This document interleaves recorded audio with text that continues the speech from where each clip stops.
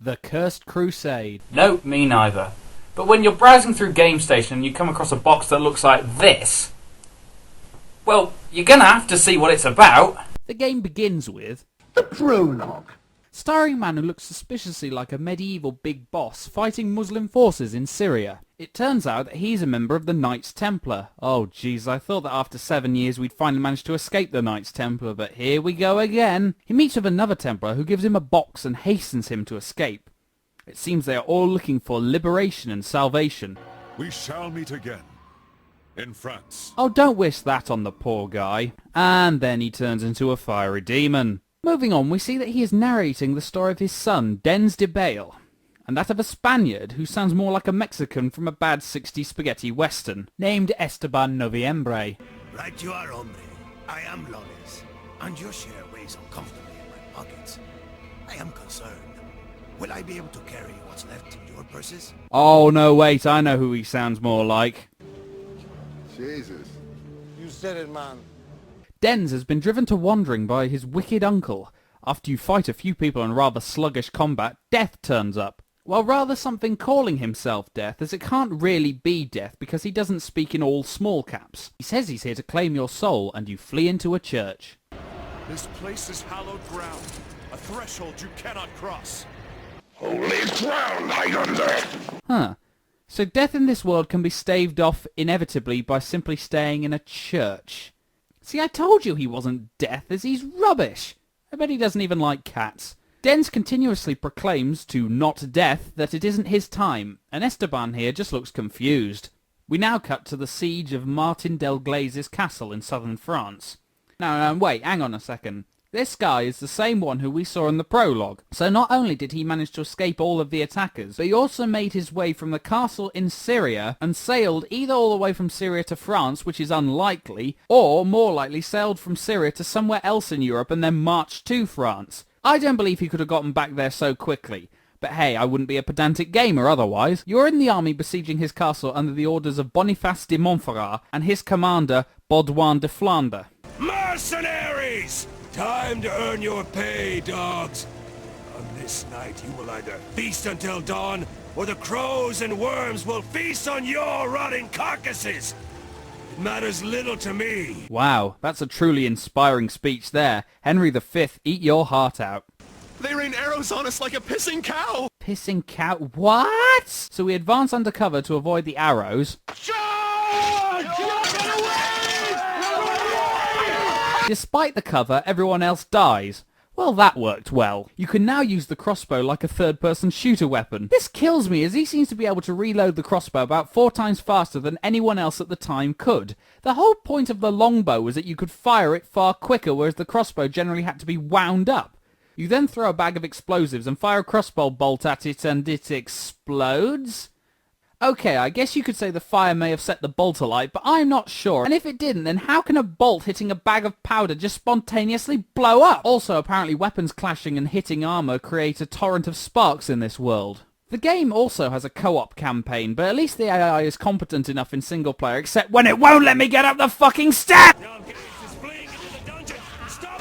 Yes, retreating to the dungeons, the place known for its ability to let you escape. Well, at least in Cyrodiil, maybe. Finally corner Martin nowhere near the dungeons, might I add. After losing, he then goes all one-wing angel on us and turns into a demon. We fight again, and Esteban is understandably confused. As am I. Stand up and fight if you want to live. You got it, caballero. I'll fight with you. I owed you my life, but you owe me an explanation. I will answer all of your questions later.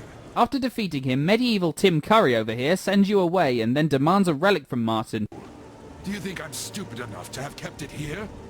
I gave it to a man who deserved it. More than I. But I have seen the sun shine greater than even that night. Boniface, you imbecile! Son. Enough of your blasted riddles. Who is the son you speak of? Tell me, Martin. Your hatred of the world will bring you to your demise. From this, Boniface is able to deduce that the guy he just sent away was the son of a Crusader knight, and therefore he should be followed to the Holy Land because Martin said he gave the relic to someone else.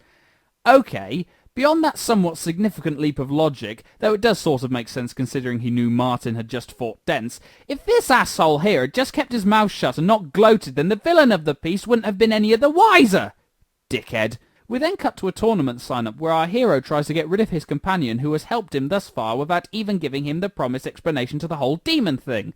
Dick move, guy. I am Dens de Bale, son of Jean de Bale. I wish to enlist in the tournament. Very well, my lord. Who shall be your companion of arms? This man. His name is Esteban Noviembre. So be it. Also, I'm pretty sure you need more than simply saying your name and your father to gain entry to a tournament. You would have had to provide your lineage for generations, and I highly doubt you could just get a random Spaniard involved as well. It seems destiny has a sense of humor. Fate, it seems, is not without a sense of irony. After teaching a career mercenary some basic things he should have known for years... Let's review another technique. The deflection counter. Deflection what? Never heard of it. You enter the tournament and fight your way to the finals where you face, oh, you again. And you pull broken swords. Well, that just seems like poor organisation. Aye, stroke of misfortune. It seems our champions, the sires de Bale and Noviembre, have drawn the broken weapons. What, you actually put broken swords in there deliberately? Assholes! After beating him, he calls his guards and the tournament holders just let this happen. This is not Nam. There are rules. Anyway, he turns into a demon and wait a minute. What are these people seeing? Are they just like, oh hey look, those dudes just turn into demons, whatever. The young de Bale is worthy. Go, treat with him, and offer him what he wants.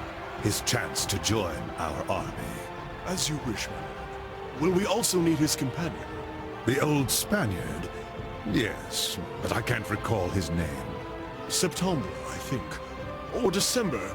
I thank God I wore my corset because I think my sides have split. Good, de Bale. Good. Good. Good. Help me understand, amigo. What is this curse? Why do I see the burnt men and the flaming skeletons? Don't worry. We will free ourselves from the curse. We will find a way. That's not an answer, Dents. Let me get this straight. You're telling me that everything we've done until now has been because you believe that one old man will come back from a crusade, or quite possibly the grave, to single-handedly reclaim an entire castle? Well, when you put it that way, our hero comes across as a raving idiot. Then the sore loser sends more men after you. Also, the curse now allows you to break walls.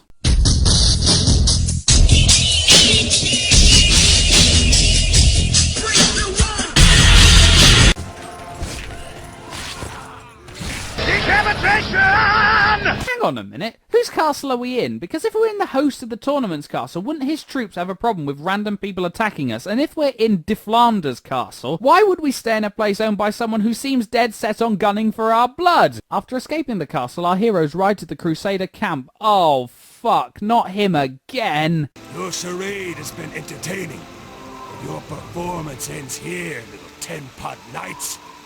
Entertaining? We've ridiculed your name.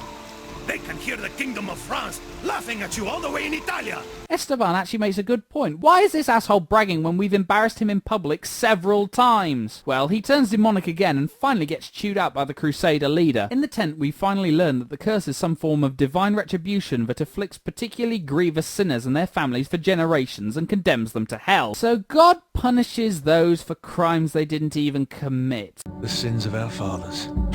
Ain't it a bit? Not Death then pulls us into a nightmare where the voice of Dens's father blares at him that it was his fault that his mother died and his brother took their land. Yes, it's the fault of the young son that his mother died. Yep, makes sense, though this is more likely a ploy by Not Death to make him give in to despair because for some reason Not Death still cannot claim 2 soldiers, especially now that they've discovered the sacred fire ability that allows us to purge and burn enemies. Oh, my soul is trapped in this cursed gate. And souls trapped indoors for some reason. Also, Not Death in this game looks a bit like Azrael. Doesn't he have anything better to do than stalk 2 random assholes? It turns out that the Fourth Crusade, of which Dens has just joined, starts to go awry when the Crusaders cannot afford to pay the Venetians for the navy that they are building to ferry them across to the Holy Land. Then the one good leader dies and is replaced with the obviously evil Boniface, who has made a secret tete-a-tete with the Pope, while the commanders decide to attack the nearby city of Zara, currently held by the Hungarians, to help pay the Venetians. What? You mean something ordained by the church does something cruel and unfair? Shock horror! After sending our two heroes to open the gate to the harbour, the Crusader fleet begins the assault. Today we will bring the very sky down upon these infidels! I don't think this guy understands what the term infidel means.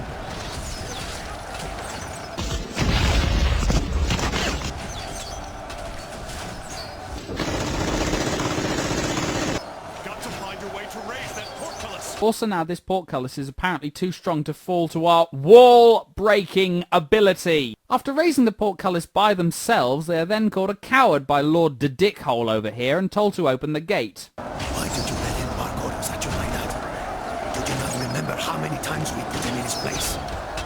Because he only has to give the word and his loyal soldiers will gut us alive. Hey, he's right, and you've slaughtered countless numbers of his guards already. Get a fucking backbone, Dens! Take up defensive positions! We can't let them push us farther back at any cost! They're here! They're here! They've landed on the pier! So this military leader is basing his strategy on the fact that two people, whom he hates, going alone into enemy-held strongholds to create the only way forward. I may not be a strategist, but Sun Tzu, he is not. That took you long enough. Next time I'll have to send someone more competent. A ballista? Why send us at all then? Siege weapons seem the next logical move. Operating on the assumption that you two would die. See, instead of simply using your artillery to destroy the gate, you send two of your best warriors in the simple hopes of getting them killed or them opening the gate. Either way, your soldiers are going to be standing outside getting shot to shit while you do it, so why not take the quicker option? Big feckin' Aegis. Oh great, an escort mission. And it may be my lack of knowledge, but I'm pretty sure medieval cities didn't have this many internal gates. So one man manning a ballista out in the open can take down these towers. What appears especially weird is the fact that they are not firing at the troops, but wasting tons of arrows firing at one spot near the end of the bridge. So everyone in this game is a fucking idiot. After getting to the keep, we are once again made to go inside despite there being specialists for this job. God damn it, I know this guy's a vindictive prick and all and wants us dead, but if you have sappers, fucking use them! I'm getting sick of doing the dirty work of a guy whose ass I've now kicked twice! After breaking into the castle, you fight Fat Bastard here, who is very confident, right up until the point where he discovers not only do Dens and Esteban have the curse, but whilst they get cool demon horns, all he gets is a chance to flap his man-tits around. Upon his death, we discover that someone else is seeking salvation from the curse. Who is looking for a way out? The worst of your lot. The one who commands your armies. At least our characters are smart enough to figure out right now that it's Boniface. The Flander? That old coward? I don't think so. He's a simple man. It has to be someone more cunning. You're right. Someone who would be wise enough to lie low in the shadows without arousing suspicion. There can be only one. Right, so apparently the real reason that the actual Fourth Crusade went to Zara was not because of botched planning or political scheming, but because one guy was cursed. Our trio are charged with taking out the leader of Zara, who is apparently also cursed and has the power to drive back whole armies. Well then, if he could do that, why the fuck does he seclude himself in a tower and watch his whole city burn before driving away the armies? There's madness and then there's just poor planning. So, in return for killing this guy, we shall trust the obviously moustache-twirling villain to use his spies to help fight Dens' dad. That seems legit. Ever hear the proverb, if someone lends you their right hand, it's probably to beat you with the left? Now, I'm sure you've heard the old saying, somebody's a crybaby. Yes, and I know another that says, keep your friends close and your enemies closer. Keep your enemies close and your friends even closer. Weapons break the skin. The curse tears at the soul. You see the sun while it rains blood. It will take you to the depths of the abyss. It's a joke. It's all a joke. After defeating him, Boniface discovers what he's been guarding, a piece of the true cross. Really? We came all the way here for that. You know, you could have probably found enough wood of the true cross in Europe at this time to make at least 3 crosses, and you drag us all the way out here for it? Fuck you. Kneel before God, my brethren.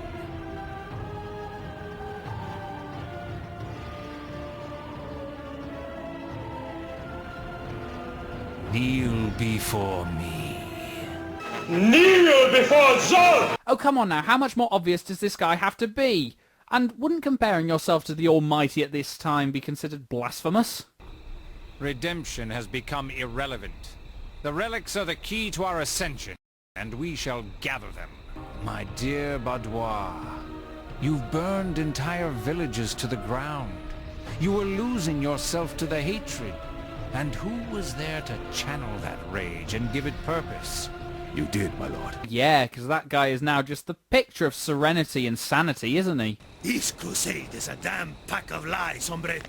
You mean just like all the other ones? If there is one place that would play host to a cache of blessed relics, the Holy Land would be it. Come to the Holy Land, #1 source of relics for the modern $11.99 shopper. We then enter into another nightmare. You now get a holy crossbow. Now all you need is a fucking hand grenade. This seems very familiar. Again, despite kicking Not Death's ass multiple times, he still seems confident. After a long and repetitive fight, we beat him. Alright, I want to bring up a question here. This seems very new to Esteban, so why does Not Death choose to start chasing him now? Surely if he's damned, why not get him at birth? Why is it only affecting Esteban now? So, after sacking Zara, the Pope threatens to excommunicate the whole Crusade. He is, however, placated by an offer of an exiled Byzantine prince who offers to pay the Venetians if the Crusade gets him back Constantinople. See, they're different kinds of Christians, so it's totally okay. Dens is given command of a small unit by Boniface and the other lords, so we go from attacking one city to attacking another. I have the strangest sense of déjà vu. So, they make a game where you brutally invade a place with no just cause under a banner of self-proclaimed righteousness. I never knew they made a War on Terror video game. I am assured that the people of Constantinople do indeed have weapons of mass religious destruction. My lord, you wish to set this gate ablaze in front of the entire army? Are you sure that's a good idea? Yes, because turning into demons at a tournament isn't conspicuous. So, the mighty Golden Gate of Constantinople was breached by 4 guys and 3 swings of a battering ram. It's history, folks! You see, my dear Boudoir, what we are capable of with only 4 of us? Think of the possibilities after we have amassed an entire army. Hey guys, he's revealing his evil plan to you. Guys, do you hear it? Guys! Also, what is firing all these arrows at once at us? Wretched infidels, you are not worthy to walk with the dirt beneath your boots. Who is this madman? I am the warden of Constantinople. I am the champion of the Byzantine Empire. I'm the guardian. He is blessed by the heavens, Esteban. This is not the curse as we know it. He does not belong to hell. How do you know that? Can you just sense it now with your new powers? Templar, we will meet again. You do not belong to hell. Well, apart from all those people you have murdered and slaughtered in this crusade, which even you have admitted is falling from its supposed righteous cause, why can't I advance it? Oh wait, Lord Dickweed over here can't kill one guy, so I have to do it instead. And now our brave heroes decide to, Brave Sir Robin ran away. No! Bravely ran away. We rather abruptly cut to Alexius III fleeing the city and the Crusaders victorious. The relationship between the Crusaders and the Byzantines began to sour. The 2 factions could no longer dwell in the same city. Man, Constantinople is beginning to sound like Kirkwall. Alexius IV negotiated for more time to gather their fee and settled them across the Bosphorus in hopes of easing the mounting tension. In January 1204, a coup led by a man known as Merciful abruptly ended the agreement between the Crusaders and Alexius IV. Word reached the camp that Merciful had strangled Alexius IV, proclaimed himself Alexius V, and then killed Isaac II. Oh, that seems like a brilliant idea. Deny the army that is literally camped only across the river from you and has already proven that it can take your city, its payment, while you sit on a very poorly defended and very rich city. With no means of going home, much less the funding to set out for Jerusalem again, the Crusaders and the Venetians turned their gaze on the wealth that Constantinople had to offer them. I have the strangest sense of déjà vu. After fighting your way through the city again, this fucker appears. Excellent! My superior military strategy triumphs for us all! Oh, superior strategy, my arse. At least our protagonists agree with me. Superior tactics indeed. I'm sure they'll name this courtyard after him. Esteban, look, up there. It's Merciful, the man who started all this. I think you're right. He's the murderer that de Montferrat is after. But how did you spot him from so far away? I don't know, but it's strange. I can feel the damned. And if I was able to sense his aura from down here, it must mean he is a very powerful damned soul. Jesus, is there no one important at the turn of the 13th century who isn't damned? Hear me then. You shall live to see tomorrow.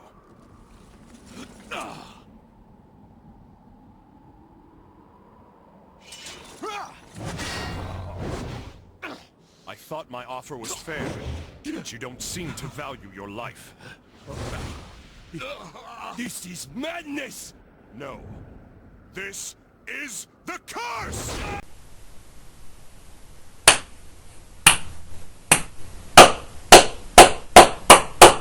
Wow, just wow. And his massive fuck-off sword is called a Buster Sword. Bravo, game. Bravo. They'll keep you occupied.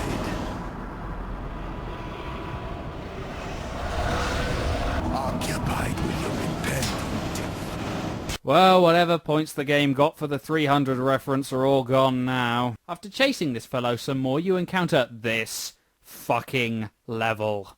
Go from left to right, fight all the enemies. Simple, right? Well, if you're bored and want to skip all the enemies like I was at this point after having slogged through this game for quite a few hours, you just run to the end, right, and skip everyone. Wrong.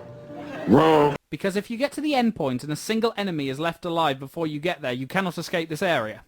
You're stuck here. Fair enough. Let's just slog through here then. Which works right up until you get near the end, and then a guy decides to kick you over the invisible line, and oh look, haha, fucker, you're gonna have to start again. But okay, so you've killed everyone else and you've reached the final area, but then you get cheap comboed to death. Fine. Let's call Esteban over and he will save us from not death's stalking presence, right? Well, not if he's stuck behind a few enemies and no longer has any presence of mind to do anything other than run at them in vain, attempting to get to you instead of, I don't know, possibly slashing them, then coming to my aid. Then not death arrives and it's just like, oh, fuck you, I ain't even mad, start again. Oh, sweet buttery Christ, we have to keep fighting this guy. Have you ever even considered that your bloodline, all of your descendants, will now be cursed for eternity? Wait, all your descendants are damned now? I thought it was just for a few generations.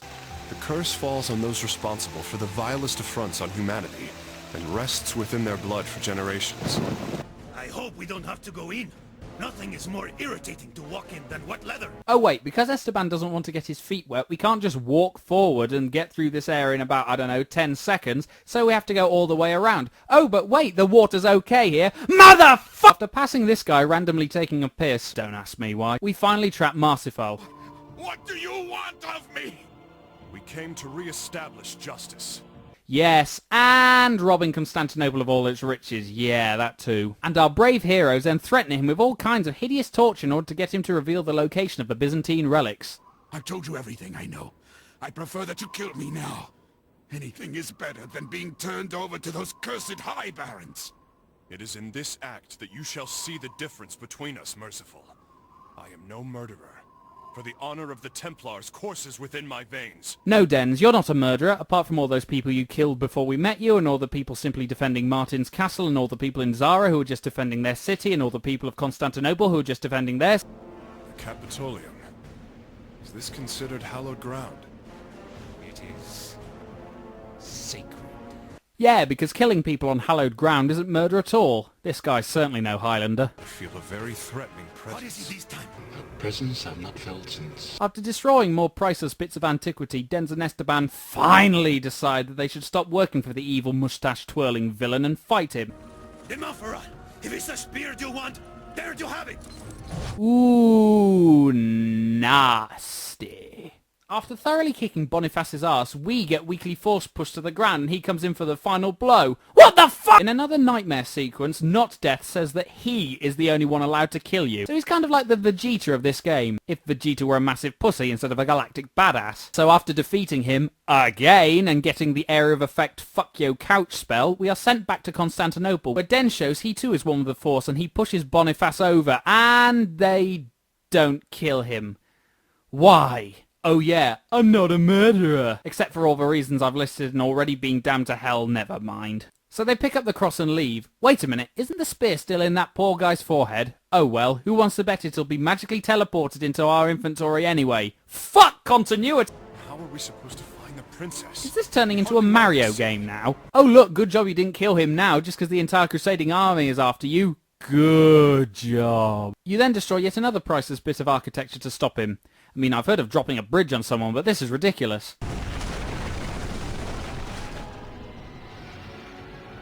Debale, where are you hiding?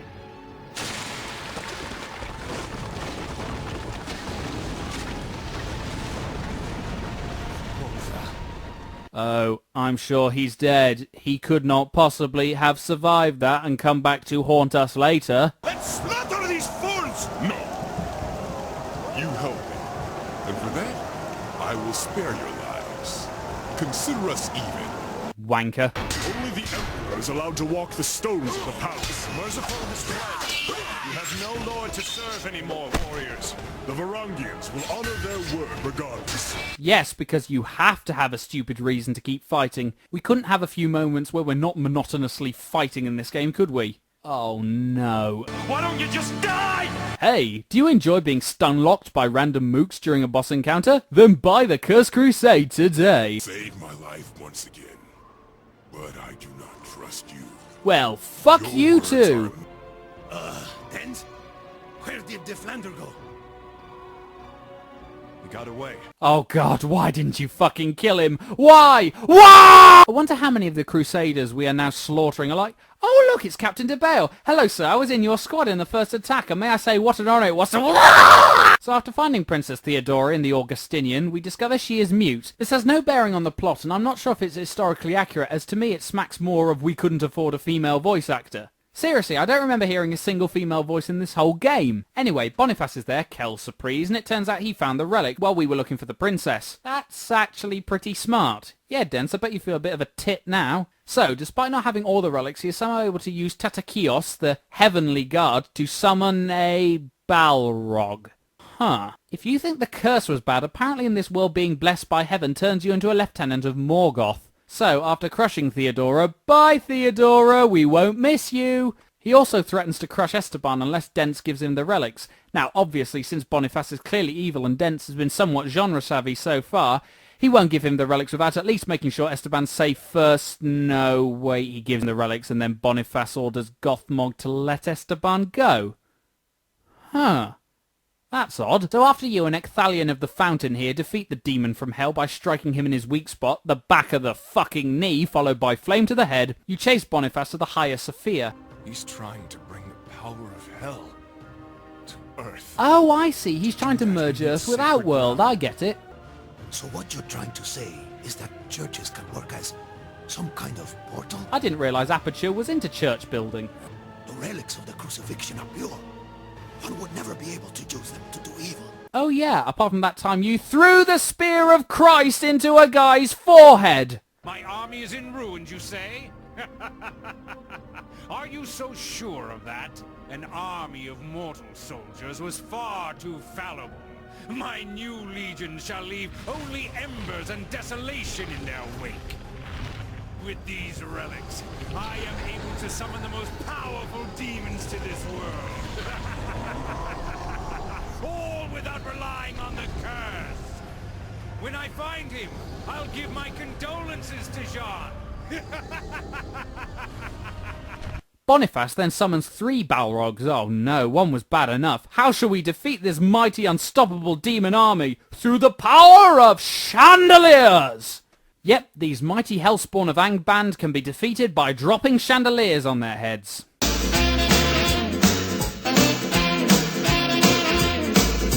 After escaping the Hagia Sophia, we are chased by another Balrog. Oh, we're fucked now. There's no chandeliers out here. Let's use the ballista to send this abomination back from whence it came. After you, Dens. Ahead. Aim for its head. Well, that works too, I guess. We are then taken across the Bosphorus before we go to Syria. Hang on, who are these guys taking me across? Wouldn't every Crusader and Byzantine want us dead for what we've done? Croix de Chevier. Yes.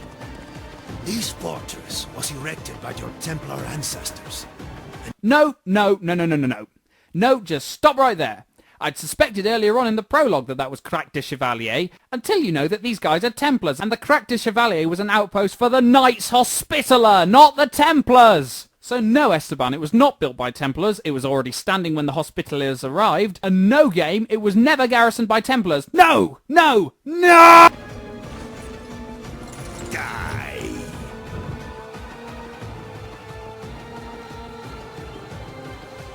This man is mad. Den, shouldn't you be more concerned by the fact that his flesh is rotting from his bones?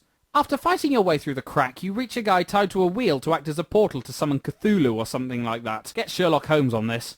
Anyway, you kill him, seal that portal, and then bust up more of the medieval world to discover the mystical handkerchief of Jebus. No, seriously, that's what Esteban calls it. This handkerchief, as you keep calling it, is, if I'm right, Shroud of Christ. The Holy Shroud itself.